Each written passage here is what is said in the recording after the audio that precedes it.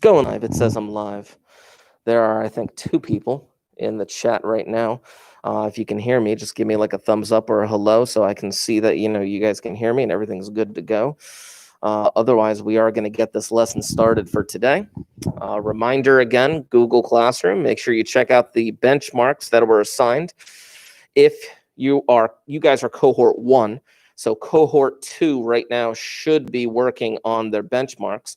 And then tomorrow, when the switch happens, you guys will be working on your benchmarks. But we'll figure that out when the time is appropriate. Stay tuned to that. Ooh, online textbooks. Not everyone has signed on for an online textbook. If you have not gone on for the online textbook, please make sure that you do so, because I am going to be probably next week assigning you stuff out of the textbook. So please, by all means, make sure that you have signed on for it. Follow the instructions on the Google Classroom. We can get that thing done. As for today, we are going to be jumping into something that you may or may not remember from Algebra 1. Oh, I'm so excited. We're actually jumping all the way to quadratics. Something that maybe you learned at the very tail end of Algebra 1, something that you barely remember from like almost 2 years ago. We're going to figure this stuff out together.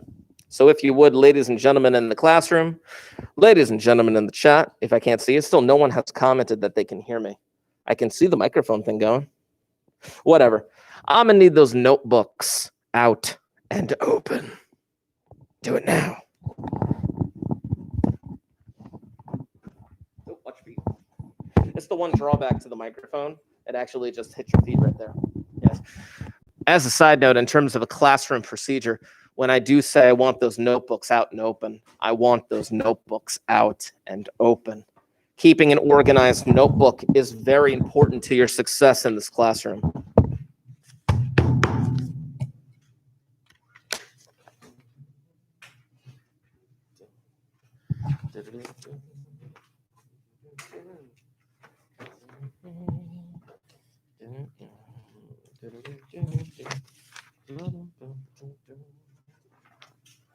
What's up?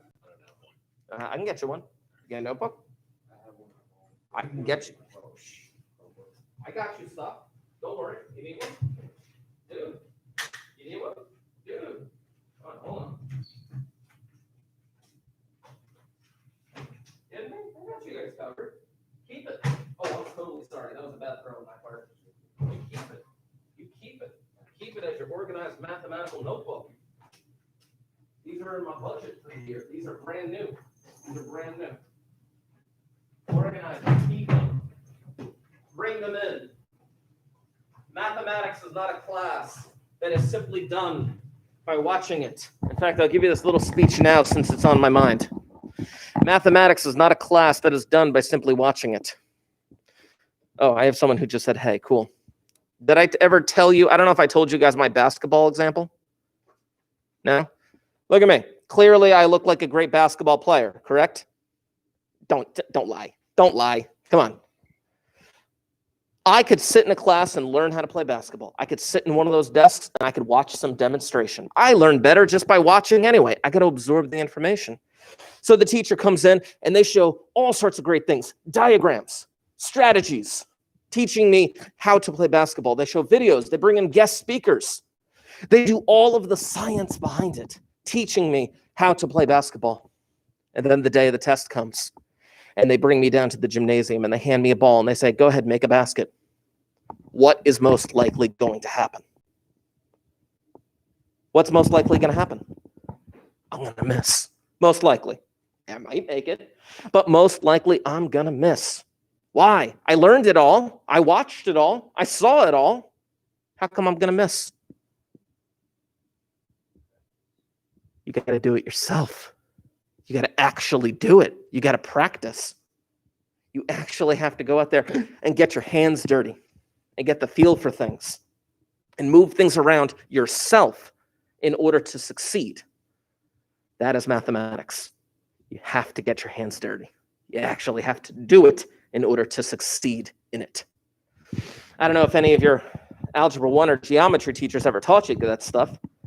I had a student several years ago, graduated, where they were just like, Mr. Markey, I learned better just by like watching you do it. Really? Really? And then like several months later, they were just like, Mr. Markey, I don't know why I'm doing so bad on the tests. Like when I see you do it in class, it seems so easy. But then when I try to do it, yup, because you never tried it on your own. Ladies and gentlemen, typically when I'm going to give you notes, let me get my chat going up here, because I do have the chat on the Chromebook, but I also have to get the chat going right here so I can see it. But typically when I give you notes, I'm going to do something like this. Oh, you can't see it. Hold on. I'm going to do something like this, where I duplicate the screen and I bring this up so you can see exactly what I'm doing. I will typically give you a date. Today is the 14th. And I will give you a title.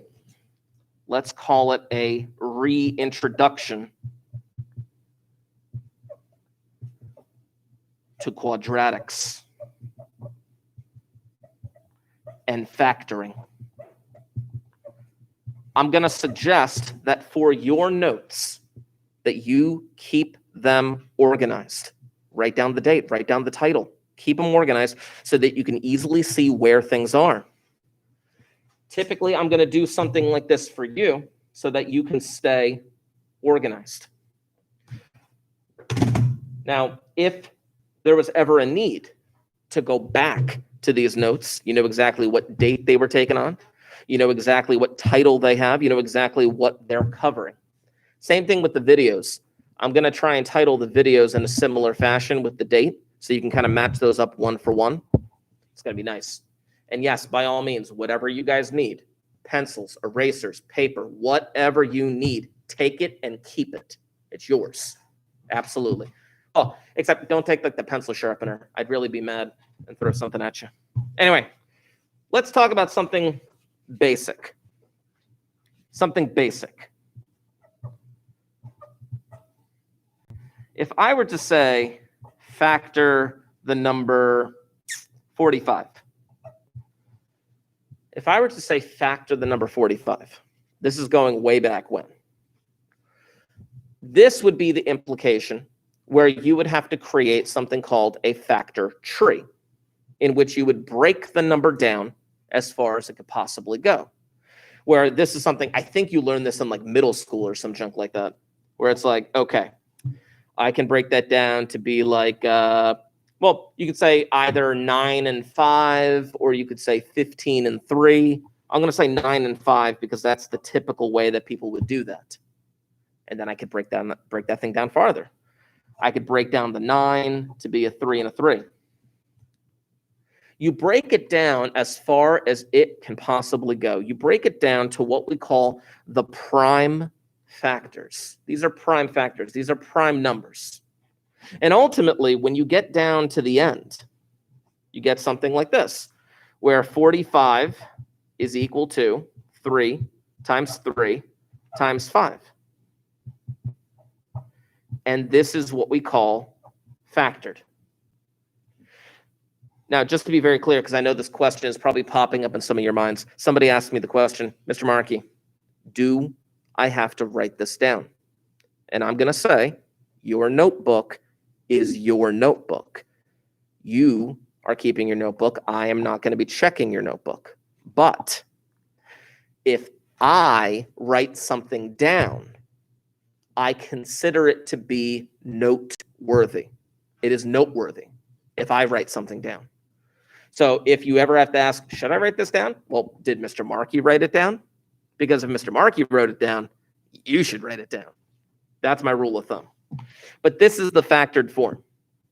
This is the factored form. I could, if I wanted to, I could multiply these back together in any order. It doesn't matter. But if I multiplied these three numbers back together, it would get me 45. So then, in Algebra 1, you had gotten far into Algebra 1, and you barely remembered something along the lines of this.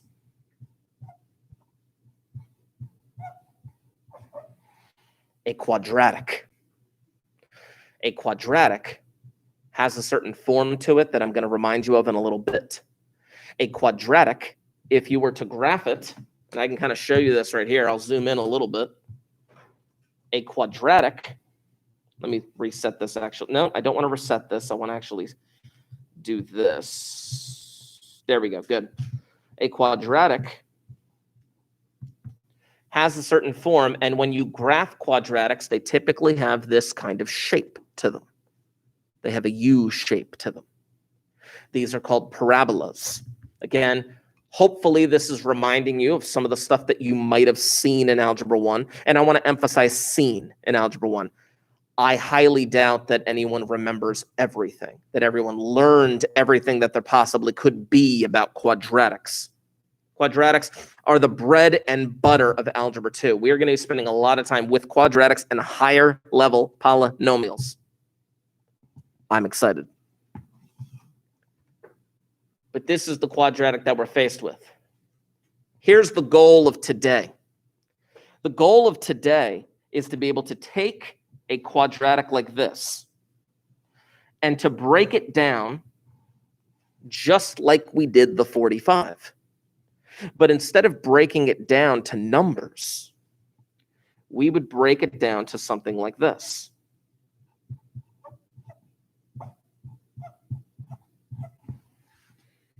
Into what we call its prime factors. These numbers right here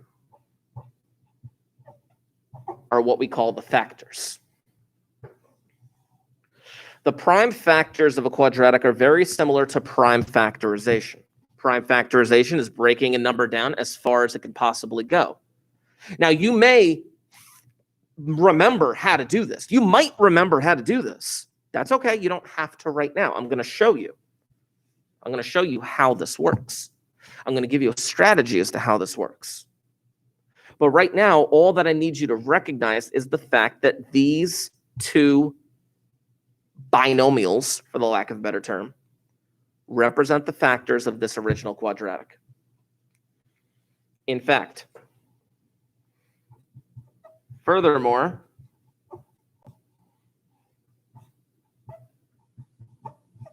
you may have seen something like this in the past, where you could multiply binomials together, which is kind of nice. What do you guys call this back in the day in elementary school? Did you ever learn the lattice? Some people are saying yes, some people are saying no. Okay, that's fine. I hate the lattice. I hate the lattice with a burning passion in my soul. But this actually does work for multiplying polynomials together. I'm going to zoom in on this a little bit. Multiplying polynomials together. And we're going to go into much more detail another time. It's not the point of today. But if you multiply within this Punnett square, as some people refer to it. Oh, yes. Sorry, 1 second. I just got to address something in the chat. I just glanced at the chat. Yes, I apologize. There is a glare right in the middle of the screen. Unfortunately, there's not much I can do about the glare right now other than kind of move the paper around. I'm trying to figure out a way to live stream in a different fashion. But until I can figure that out or until I get permission to do so, unfortunately, I can't get rid of the glare in the middle of the screen. So thank you for telling me, though. I can kind of move it around a little bit as time moves on, and hopefully we can kind of work around that glare in the middle. Anyway, to this. If I were to multiply within this box, x times x would get me x squared. X times 3 would get me 3x. X times -2 would get me -2x. And -2 times 3 would get me -6. And then I would just have to simply combine like terms. If I were to combine like terms, inside the box, I have an x squared, I have a 3x, and a -2x, which gives me positive 1x, and I have a -6. Obviously, that is the original quadratic that I started with. Factoring quadratics. Everything about factoring quadratics is what you see in front of you. This is something that you may have seen in Algebra 1. Again, this is like 2 years ago for most of you guys. Are you guys all in like 11th grade, 12th grade? Is anybody in 10th? Okay. I believe I don't have any freshmen, but there might be like a 10th grader here or there. So if you guys are in 11th or 12th grade, that means that you took Algebra 1, either a freshman or sophomore year. Is that correct? Yeah. It's been a couple years. It's been a minute since you've seen junk like this. But this is what we're going to be focusing on for today. I'm going to try and reteach you how to do this.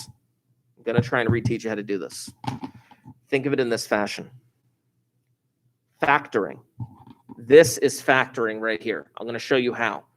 Factoring is the act of ripping apart an equation into its prime factors. Multiplying, which is this little box down here, which I'm going to utilize from time to time, that is the act of putting things back together. That's a lot of what mathematics is. Ripping things apart, putting things back together. It's also figuring out how many watermelon this guy can fit in his trunk. You ever seen that problem where like a guy's like driving a giant station wagon and there's a bunch of watermelon in the trunk? Does no one know what I'm talking about? You guys are weird. Anyway. So hold on. Factoring quadratics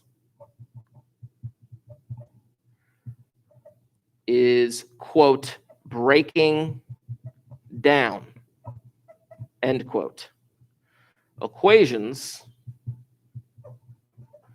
into its prime factors. This is what factoring is going to be about. It really, really is. It's going to be phenomenal. And eventually we're going to be able to solve these things. They're going to be wonderful. They're really going to be wonderful. So here's what I want to do. I'm going to teach you something so very wonderful right now. Does anyone have any familiar memories or any thoughts or familiarity with something called the Tucker method? You do. Which teacher was it? Do you remember? Blasi? Nice. The Tucker method. Was it Algebra 1 or geometry? Algebra 1. Okay. But it's been a minute, right? It's been a minute since anyone has ever like seen anything like that. Some of you may like Tucker method. I don't know. I was sleeping through that. I understand. I totally understand. It's like the end of the year. Let's talk about it. Let's talk about the Tucker method. Now, what I want to do is I want to show you visually how the Tucker method actually works. Now, again, just for the sake of argument, the problems that I am going to be working off of, are actually on your Google Classroom right now. There's a PDF on your Google Classroom. This is the PDF that I'm working off of. So every problem that I do, you have. Please keep that in mind. It's not a requirement that you go to it, but I'm just saying that those problems are there. Here's one of those problems. Let's talk about x squared plus 7x minus 18. First, I'm going to walk you through the Tucker method, and then I will give you the Tucker method steps. So here is the Tucker method walkthrough. Now, again, these are not the steps. I'm just going to walk you through what the Tucker method actually is and does and plays with. It's really weird. At first, they want you to multiply these two numbers together called A and C. Now, at this moment, you may be like, what the heck are A and C? I'm going to tell you what A and C are in a little bit. But A and C in this particular example are 1 and negative 18. A times C in this case is 1 and negative 18, which in this case just gets you 18. Or, no, I'm sorry, negative 18. Which is like, okay, that's dumb. Why would you do that? I know. I know why I did that. You're going to see in a little bit why I did that, because I have not given you the steps just yet. But now here's the game. Here's the game to this whole thing. I need two numbers. I need two magical numbers that multiply to negative 18. Now, Ms. Margie, there's a lot of options. Two numbers that multiply to negative 18. What? Negative 1 and 18. Negative 2 and 9. Negative 3 and 6. You got lots of options. I know. I'm not going to write them all down. I'm just going to write down one pair of numbers. One solitary pair of numbers. Watch what I'm about to write down.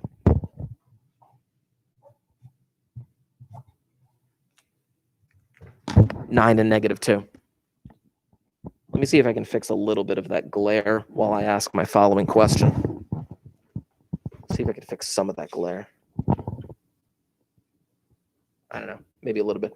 Why in the heck did I write down 9 and negative 2? Ooh, why are those numbers the numbers that I need for this problem? There's a very specific reason. I could have written down anything. 1 and 18, 2 and 9, 3 and 6, one of them being negative. There's like 6 different options.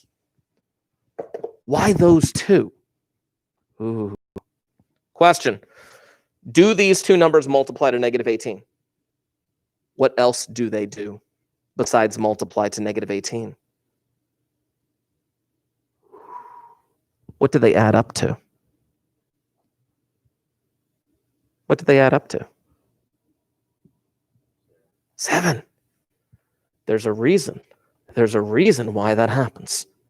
Now, again, I'm going to walk you through this. I have not given you the steps yet. I have not given you the explanation as to what exactly happens with each step. Oh, he wrote 7. Sorry, someone in the chat typed 7. I was excited. At first, I thought it was a question mark, but no, it was a 7.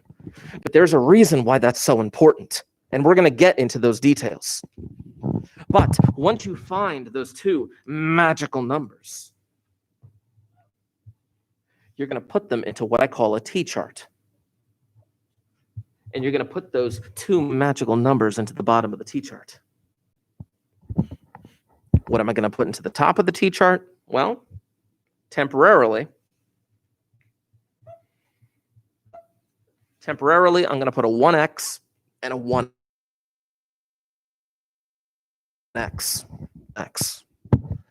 Now, there is an extra little step. There's an extra little step that doesn't apply here that I'm going to get into the details later. I have another example where that's going to happen. But look what I'm getting vertically. Look what happens vertically right there. Look what happens vertically right there. Vertically, I have a 1x and a 9. Vertically, I have a 1x and a 9. What that means for me, is I am going to write parentheses x plus 9. And then vertically right here, I am going to write, well, it's an x and a negative 2. All right, well, it's a 1x and a negative 2. I know. X minus 2. These are the factors. These are the factors. This is what we call factored form. This is factored form.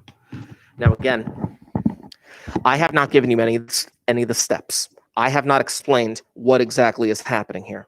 What I'm just basically showing you guys is this. This is what it looks like. This is what the Tucker method looks like. And in a few moments, I'm going to show you how to do it yourself. Factored form. I could always check to make sure that I'm correct.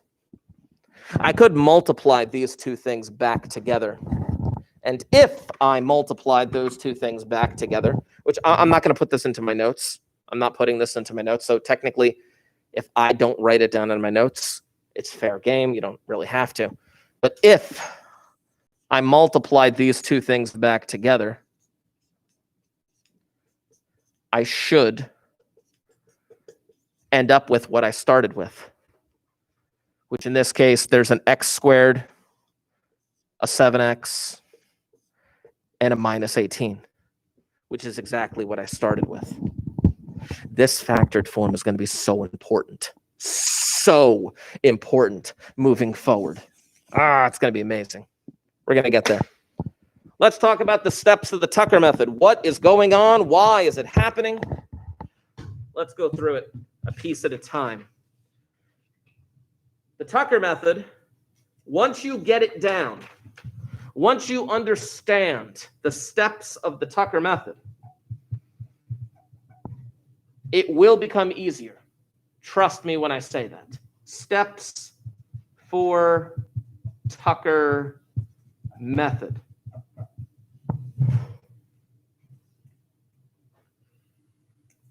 Step number 1, 3 letters. GCF. What the heck does GCF stand for? You can say it only because the microphone's not going to pick up what you say. If you know what GCF is, you can shout it out. The microphone's not going to pick you up. Huh? I haven't talked about GCF today. Man. Actually, one of the letters I have said. You got it? Your hand was up for like half a second, but I saw it. Yes. Greatest common factor. Now, again, notice the word factor. This whole thing is about factoring. Greatest common factor. I'm going to show you how to do that step later, but that's step number 1. Step number 2, A times C. Now, A times C, what the heck is the A and what the heck is the C? Well, the A times C comes from AX squared plus BX plus C. This is where the A and the C come from. After you take out the GCF, which in most cases will be nothing. But after you take out the GCF, there are going to be these 2 letters, the letter in front of the X squared and the letter at the very end that's just a constant, A times C. We're going to have to multiply those 2 things together. Oh, I'm stuck. Do you see that? I'm stuck. There we go. Now I'm good. I was stuck on the cord. That was fun. I could have died. I'm going to predict that there's going to be one day where I'm going to trip and I'm going to crack my head open and there's going to be blood on the floor. And you guys are just going to sit there looking at each other like, is anyone going to help him? Say? Yeah, he'll be fine. He'll be fine. It's like one of those things where like sometimes I'll say, this year more than any year before, there's going to be a lot of times where I'm going to say something and you guys are going to do that weird laugh where you blow air out your nose. See? I just heard it. Step number 3, magic numbers. Now, the magic numbers are a very important step. These magic numbers, these 2 magic numbers have to multiply to AC. They have to multiply to AC. Zoom in a little bit. And they have to add to B. Before, when I asked you about the 9 and the -2, I said, hey, 9 times -2 gave us -18. But then 9 plus -2 gave us +7. That's why they were the magic numbers. That is exactly why they are the magic numbers. Step 4. Now, step 4 is going to be a little complicated. It's going to have an additional step to it. I'm going to walk you through that with the next example. Step 4 is T-chart / simplify. Now, this example, the one we did before, you did not have to simplify. In the next example that I have for you, in the very next example, we are definitely going to have to simplify. There's no ifs, ands, or buts. And then step 5, write the factors. This is the Tucker method right here. Try to move that over a little bit. Again, I know there's a glare for those of you in the chat. I'm going to try and move it around and leave this up here for a moment and just so you can get all the steps written down, but I'm going to review that with you. Step 1, greatest common factor.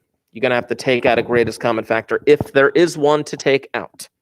Step 2, A times C. Just simply multiply the resulting A times C. Step 3, magic numbers. You got to find 2 magic numbers that multiply to the A times C and add up to the B. Sergey, where's the B? The B is right in the middle. Step 4, T-chart/simplify, meaning you're going to have to organize those magic numbers into a T-chart and then simplify if there is some simplifying to do. And then step 5, we're going to write our factors.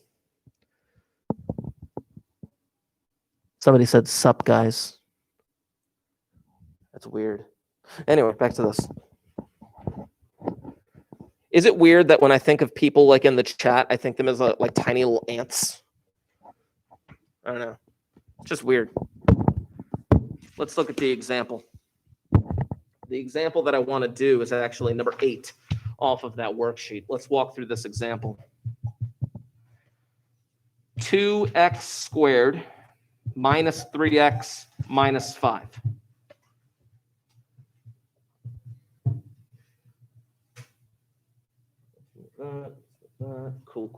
Cool. 2x squared minus 3x minus 5. This is a quadratic that we have to break down. We have to break it down. Oh, we have to break this thing down.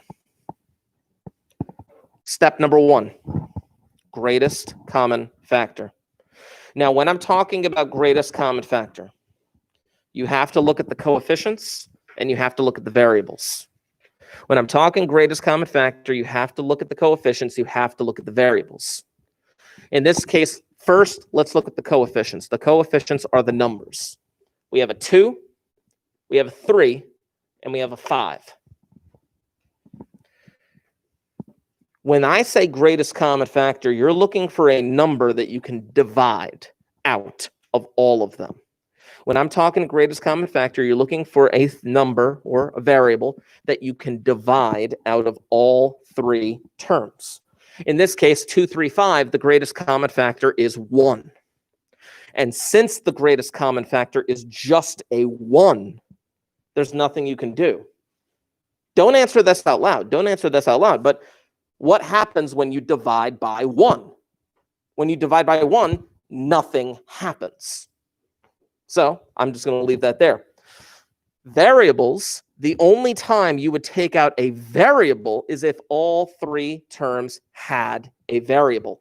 Yes, the first 2 terms both have an x in common. They both have an x in common. But in order for it to count as a GCF, all 3 terms have to have it. You're going to see that in the future where all 3 terms do end up having a variable, but not for this particular problem. So I move on to A times C. Step number 2, A times C. Now with A times C, I have to do 2 times negative 5. And this gets me a negative 10. That is my A times C. That was literally step 2. Step 2 is just multiply A times C. Make sure you do step 1, though. Most of the time, step 1, you don't have to actually physically do anything, but you got to make sure that it actually works. I got to find my magic numbers.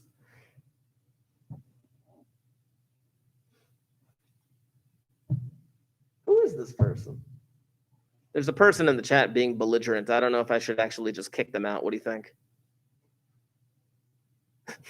No one wants to say anything. Anywho, I'm going to find 2 magic numbers. Now, in this case, it's very weird. This is actually just a coincidence, but sometimes this does happen. 2 and negative 5 are actually my magic numbers. Sometimes this happens. Sometimes it's just the same numbers that you started with, but that's not always the case. 2 times negative 5. Yes, they multiply to give you negative 10. That works. Absolutely, yes, it does. But in order for them to be the magic numbers, they have to add up. They have to add up to my B value. And in this case, my B value is negative 3. They have to multiply to A times C, and they have to add up to that B. They indeed are my magic numbers. Now for the step that you may not be familiar with. In your T-chart, yes, same as always. I put the magic numbers in the bottom. Yes, I put the magic numbers in the bottom. But what the heck do I put in the top? in the top of the T-chart, this is the way that this factoring is going to work. I have to put the following. I have to put a 2x and a 2x. Here's my reason. When this quadratic is going to break down, this 2x squared up here, oh, they retracted their statements. The person in the chat room retracted them. That was funny. Maybe they weren't in the right spot. Whatever, don't care. When you look at 2x squared, this thing has to break down. And when this thing breaks down, this 2x squared is going to break down as 2x times x. It's going to break down as a 2x and an x. I'm going to erase that in a moment. And the problem is, I don't know whether it's supposed to be 2x and x, or if it's supposed to be x and 2x. It makes all the difference in the world. I don't know. I have no idea whether or not it's supposed to be 2x and x or x and 2x. I have no idea. So, temporarily, I'm going to leave it like that, as a 2x and a 2x. Because the way that I have figured the Tucker method to work is everything will work out in the end. Tell me, remind me, what is step number 4? It's T-chart and what? Simplify. When you guys think simplify, when you think the word simplify, what do you typically think of in math? What do you simplify in mathematics? What is it that you simplify in math? This goes back to middle school. What type of numbers, what type of things do you simplify? Yeah? Fractions. Y'all hate fractions, right? No? Whatever. Fractions are your friend. Why do you think fractions starts with FR? Fractions are your friend. You know what decimals are? The devil. DE. Whatever. No one cares. Think of it this way. Look at this. Look at this bar between them. Treat this like a fraction bar. The 2 over 2. You need to reduce that. You need to simplify that as if it were a fraction. But that 2 over 2, I'm actually going to simplify it like this. I'm just crossing them out like they're simplifying. And a 2 over 2 is going to simplify to be a 1 over 1. Mr. Markey, do I have to put that 1 in the bottom? Yes. But Mr. Markey, 2 over 2 just becomes a 1. I know. But you need to put that 1 in the bottom. If you don't put that 1 in the bottom, it's going to screw up. You have to put that 1 in the bottom. Can you simplify 2 over 5, or is that already good? Can you simplify 2 over 5, or is that already good? It's good, right? It's good. It's fine. It's perfect. Ooh, we're there. So now, vertically, I can write my factors. This is now a 1x plus 1. This left side, because it simplified, became a 1x plus 1. And this other side, vertically, is a 2x minus 5. These are my factors, ladies and gentlemen. Oh, sorry about that. Here's what it comes down to. I'm going to say this verbally only because I know what this thing looks like. This is not a lot of writing. It isn't. This is not a lot of writing. It just purely is not. But it's a little bit difficult to wrap your head around sometimes. You are literally taking this original quadratic and you are tearing it apart into 2 separate binomials. You are factoring it. That is what this thing comes down to, factors. Once these steps are understood, taking out a GCF, A times C, magic numbers, T-chart and simplify, writing the factors. Once those steps are understood, it's going to be a lot easier moving forward. It's not a lot of work. It's not a lot of writing. You're going to see. You're going to see. I got another example for you. Actually, I got two more examples for you. And then I actually do want you to try something on your own. Check this out. Example.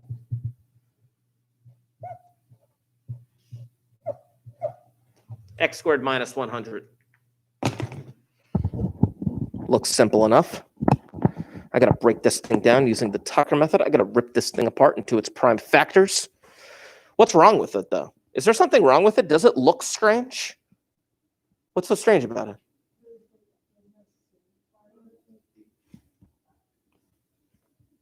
There's no B.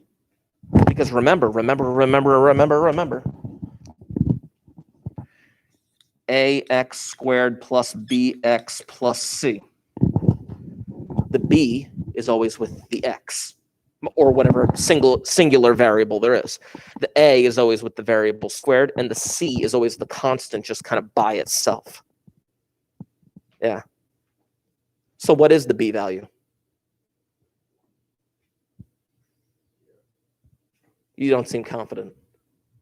Just guessing. That's fine. You're totally fine. Yeah. I like guessing. I like guessing rather than just kind of sitting there. Anyone know what that B value is? Because you gave me two answers. You said 1 or 0. Anybody definitively sure as to what the B value is? It's got to be 0. You're right with the second one. It's got to be 0. It's a 0x. It's a 0x. And the reason why we need to recognize that as a 0x. I'm going to get my steps in today. The reason why we need to recognize that as a 0x is because of step 3. The magic numbers. Let's go through a step at a time. Step 1. GCF. 1 in 100. Sorry, the GCF is 1. We're going to move on. The GCF doesn't do anything. If your greatest common factor is a 1, nothing will happen. So I move on. A times C. We've already identified that the B value is 0. The B value is 0. As a result, your A times C is still negative 100. It's still negative 100. We're fine. We're good. But now here's the magic number part. I need 2 magic numbers that multiply to negative 100 and at the exact same moment add up to 0. 2 numbers that multiply to negative 100 and add up to 0. Yeah. Negative 10 and positive 10. Absolutely. Negative 10 and positive 10. They multiply to negative 100. They add up to the 0 in the middle. Yes. T-chart.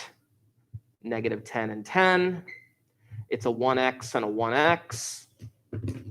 Because it's a 1x squared. I can't simplify 1 over 10, so I'm just going to leave it. I can't simplify anything here. So this just becomes x minus 10, x plus 10. Oop, that's a 20. 10.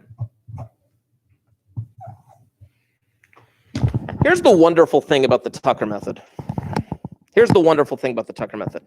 Back in Algebra 1, I don't know if you want to remember that or if that's like PTSD. Maybe. Don't care. Back in Algebra 1, when you learned factoring, some people learned all these different formulas. You learned formulas for like, here's the difference of 2 squares, and here's the perfect squared trinomial formula, and here's this formula, and here's this formula, and here's this formula. And you learn like 4 or 5 different formulas just to see if they would work properly. And the problem is, you're memorizing all these formulas, you're mixing up letters, you're mixing up numbers, you end up getting them wrong, you're not quite sure what's going on. Screw that. Screw all those formulas. The Tucker method works for all of them. It works for all of them. Yeah. Ooh, so much fun. All right. One more example, and then I want you to try some on your own. One more example. We're going to try it right here. We're going to try it right down here. One more example. Here we go. Give me a number. Give me a single digit number. Shout out a single digit number. 3. Okay, hold on. X squared plus 3x minus. Give me a single digit number that's not 3. 7. Perfect. Perfect. Oh my goodness, you're going to hate this. Or you're going to love this, one of the two. Let's walk through it step by step together. Let's walk through this step by step together. Step 1, GCF. I got a 1, I got a 3, and I got a -7. Sorry, your GCF is 1 again. We're moving on to the next step. Step 2, A times C. A times C. We got to jump to A times C. Haha, sorry about that again. A times C. A times C, this really should be 1 times -7 because there's a 1 up here. This gets me -7. There's my A times C. Cool. I need 2 magic numbers. Just give me any 2 numbers. Any 2 numbers that multiply to -7. Any 2 numbers. Right or wrong? What do you got? 2 numbers that multiply to -7. Yeah. 1 and -7. Well, what do they add up to? 1 plus -7. What do you get? Ooh, yeah, that doesn't work, right? Because it has to add up to 3. What other numbers work? You said 1 and -7. Give me a different set of numbers. A different set of numbers that multiply to -7.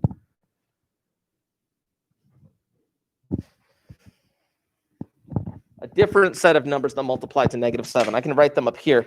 You told me 1 and -7, which don't work. Give me another set. Something else that multiplies to -7.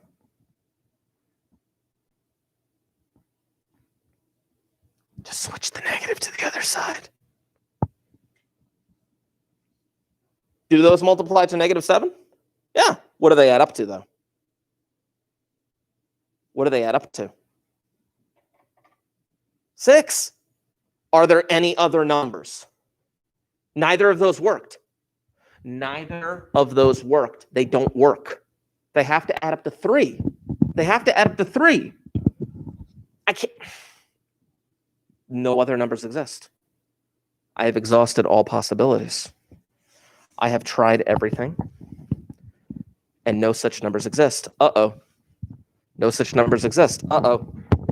No such numbers exist that make this problem work. Hold on. No numbers exist that make this work. That work. I should put that work. That work. No numbers exist that work. I can't factor this. I can't do it. This quadratic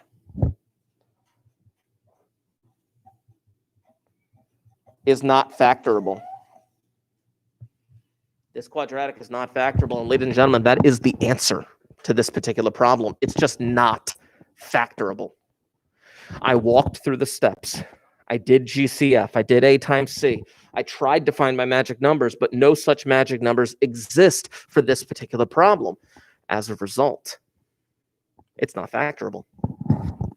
Think of the number, I don't know,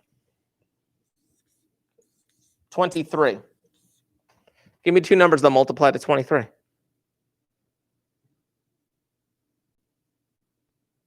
What's so special about the number 23?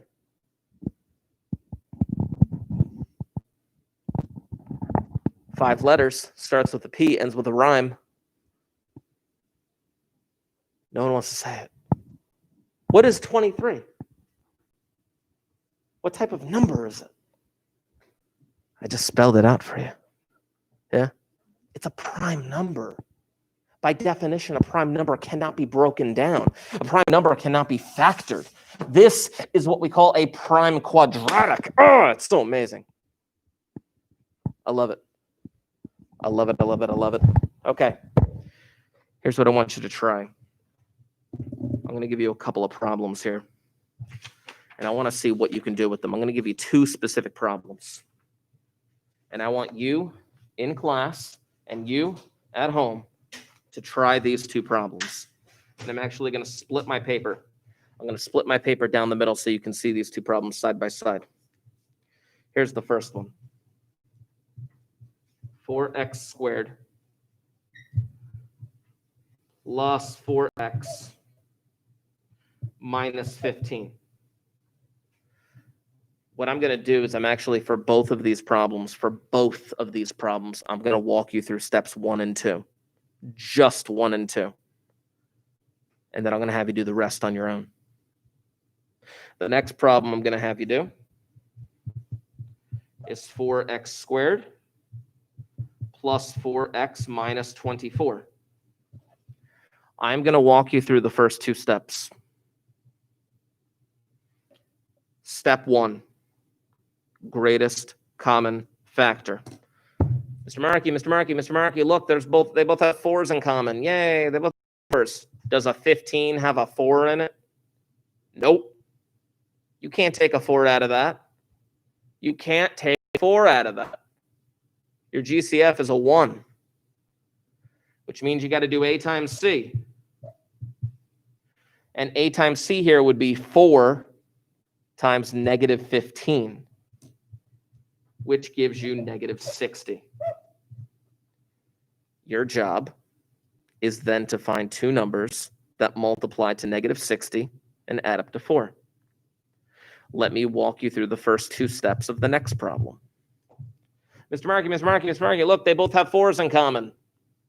Yeah, but does that 24, can you take a 4 out of that as well?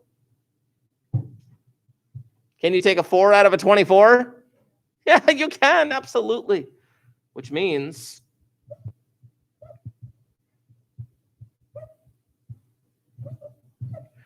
my word, Mr. Markey, what's inside of those parentheses looks terribly familiar. It's almost like you planned this. See, here's the thing now.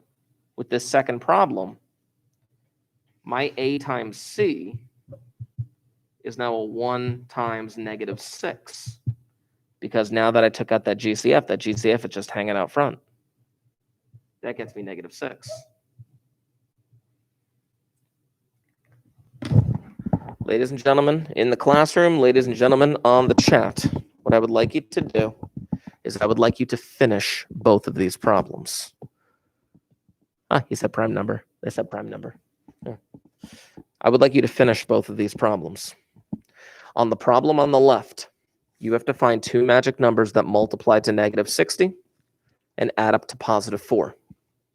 On the problem on the right, you're trying to find 2 magic numbers that multiply to negative 6, but add up to a positive 1. Because yes, that is a positive 1 right there. Take a few minutes. I am going to finish both these problems before we leave here today, but I want to see what you can do. Or I'd rather you see what you can do. Because, yeah, anyway, go for it.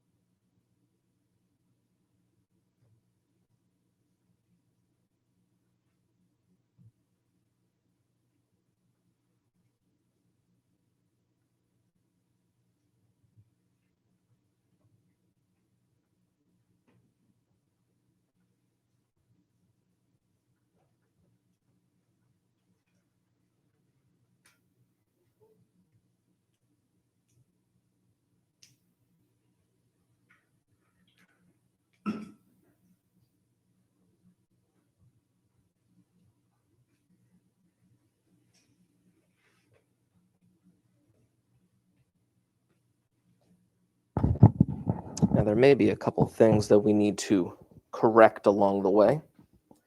There may be a few adjustments that we need to make while doing these problems.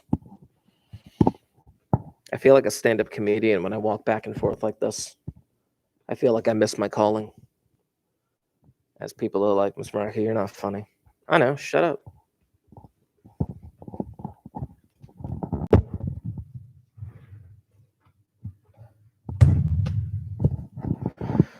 When you guys see like double digits like this, I know you panic sometimes. I know you do. You panic. You're like, oh, crap. Double digit numbers.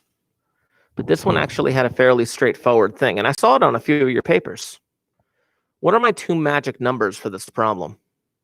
Anybody get them? What? Say again? -6, +10. Yes. Because they have to add up to 4. And they have to multiply to -60. -6, +10. Absolutely yes. So I go to my T-chart. I put those magic numbers in the bottom. Now, this is the part that may need a little correcting.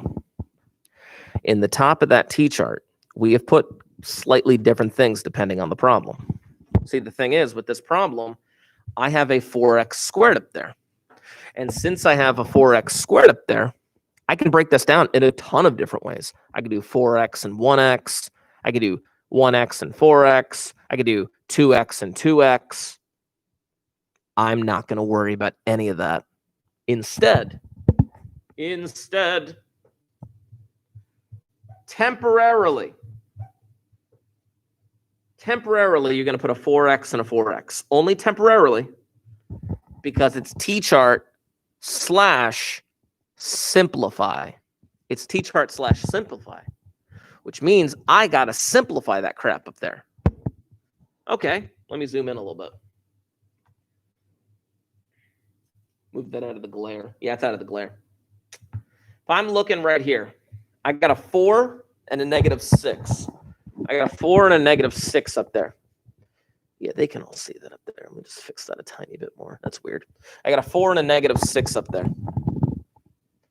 This 4 and this -6. I can divide both of them by 2. That negative has to stay on the bottom. You got to keep that negative on the bottom. That negative is not involved. The negative just stays where it is. But the 4/6 is going to reduce. It's going to simplify to be a 2 and a 3. 2 and a 3. And this 4/10 is going to reduce to become a 2 and a 5. Because you have to temporarily treat them as if they were fractions. Fractions are your friend. So this becomes a 2 and a 3. This becomes a 2 and a 5. That negative stays. Don't get rid of that negative. That is a -3 down there, which means vertically, this becomes a 2x minus 3. And vertically, this becomes a 2x plus 5. That's what these things become. That's what the Tucker method is going to get you. It's so wonderful. It's so wonderful. But those are my factors. Those are absolutely my factors. And they are going to come into play later on. They're going to help us out immensely.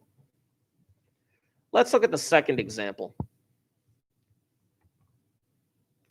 I need to find two magic numbers in this second example. Two magic numbers that multiply to -6 and add up to the b value of +1.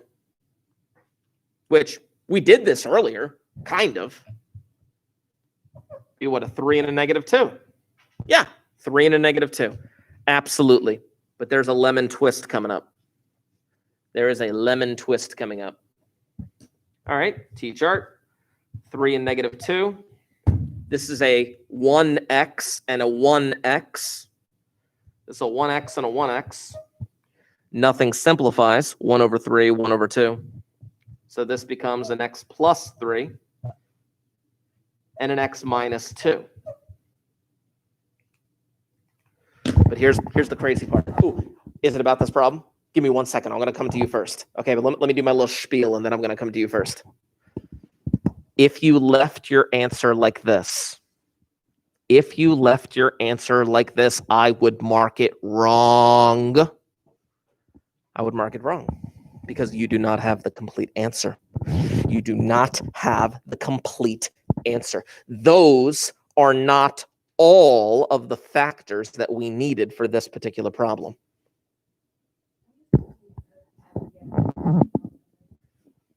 Are you talking here or here?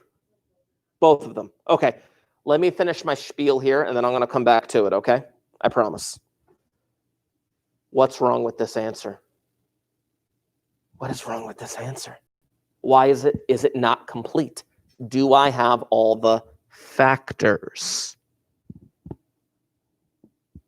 Do I have all the factors? What's step one? What's step one? Yeah. What does that mean? Factor. She said GCF. I said, what's step one? She said GCF. What's that mean? Greatest common factor. What was the GCF of this problem? Counts as a factor. It counts as a factor. It counts, ladies and gentlemen, and you have to account for it. See, the thing is, this 4, just bring it down. Once you bring it down, you're done. You're golden. There it is. Finito. It's amazing. Okay, now, question, because I do have a few minutes. This is perfect. You said now the numbers. You're confused as to the numbers. Are you specifically talking about the magic numbers?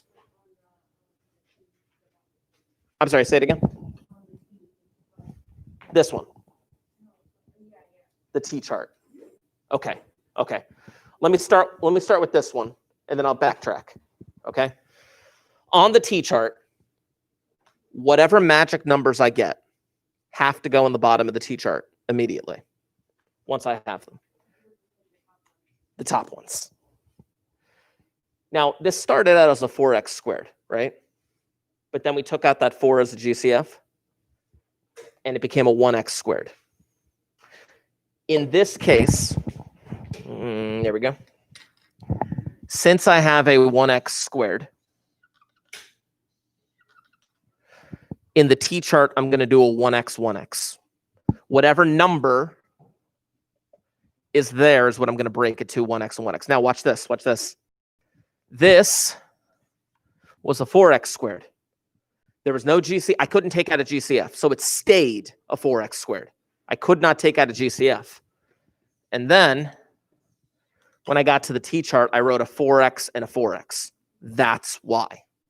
And then, as you said earlier, we got to simplify those fractions, which is why they didn't stay a 4x. Sometimes they will, sometimes they won't. Sometimes they'll change, sometimes they won't. It depends on whether or not things can be simplified. Now, a couple of things before we wrap up because the bell's going to ring in like 2 minutes. I'm done with notes today, just so you know. I am done with notes. Number one, keep those notebooks that I gave you. Use them, use them, use them, use them. For my class. I don't care about other classes. Math class is more important. Second, you do have an enrichment activity. You do have your benchmark to get done for me. Get that benchmark done. Before this week is over, I am going to be giving you more practice on Google Classroom in regards to factoring.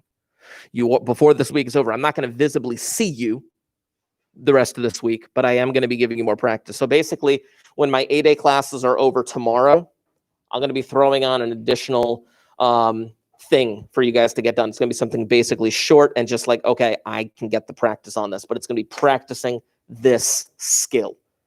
This skill kind of envelops a few different things all into one, but I need you to get that done for me. It's going to be phenomenal. Friday, obviously, we do have our virtual meeting. On Friday, I would be reviewing this concept, whether it be teaching a few things if you needed help with something, whether it be going over the problems that I assign you on Google Classroom. We're going to be reviewing that. Just as a heads up, because this is going to be a little weird, the way that things work. I don't know how your other classes are doing it, But next week, I am aiming for my first set of assessments next week. This year is just going to be weird. This year is going to be a little bit of a, it's just going to be weird. I don't know. Have you heard stories about people getting like sick in various schools? Some of you, yes. Some have, not in this school, but in various schools in the state, like people are showing up testing positive, you know? I think there was one up in Howell or some junk like that, right? I don't know, but it's on its way. It's gonna be fun. Anywho's it's. I'm gonna shut off the live stream here. Bell's gonna ring in a few minutes, and like I said, make sure you guys are checking that Google Classroom for all assignments. We'll see you next time.